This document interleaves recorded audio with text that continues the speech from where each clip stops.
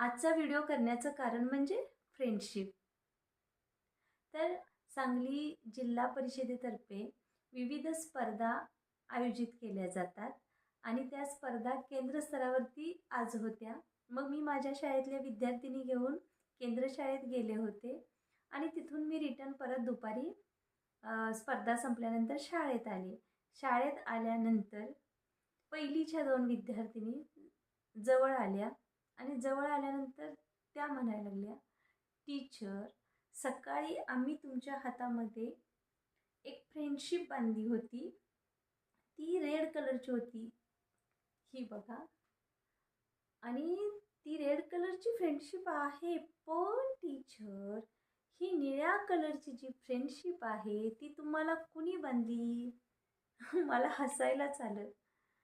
कारण ह्या विद्यार्थिनीचं किती लक्ष आम्हा शिक्षकांच्याकडे असतं, किती त्यांचं अनुकरण असतं आणि निरीक्षण ते विद्यार्थी करत असतात.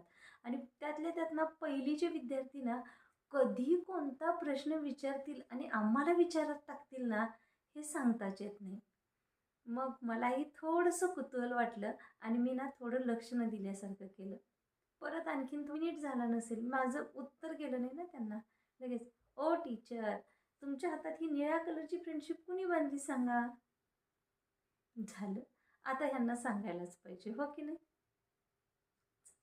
मग त्यांना म्हणलं, अगं मी आता कुठे गेले होते, स्पर्धेला विद्यार्थिनी घेऊन गेले होते की नाही केंद्र शाळेत.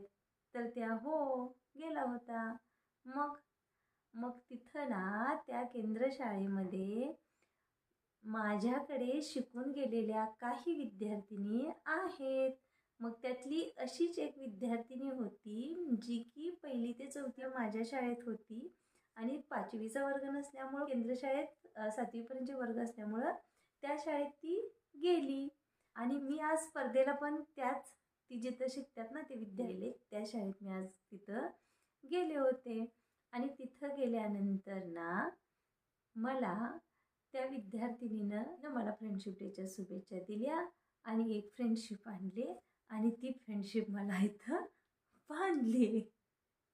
मग ते लगेच विचार करू लागले, टीचर, मग ती तुमची विद्यार्थिनी कितवीला आहे हो? झालं, अगं ती विद्यार्थिनी माझी 6वीला आहे. मग ती मोठी झाली असेल ना?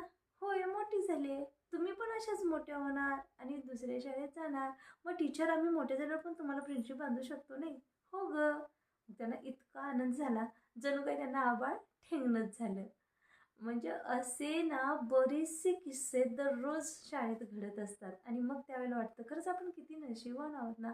हे छोट्या छोट्या मुलांच्यातले जे कुतूहलाचे प्रश्न असतात ना, ते आपल्याला ऐकायला मिळतात आणि त्या की ज्याची उत्तरं आपण त्यांना दिल्याशिवाय ते विद्यार्थी गप्प बसत नाहीत. तर असेच काही किस्से मला ज्या ज्या वेळेला वेळ मिळेल त्या त्या वेळेला मी तुमच्यापर्यंत पोहोचवत जाईन. चला, धन्यवाद.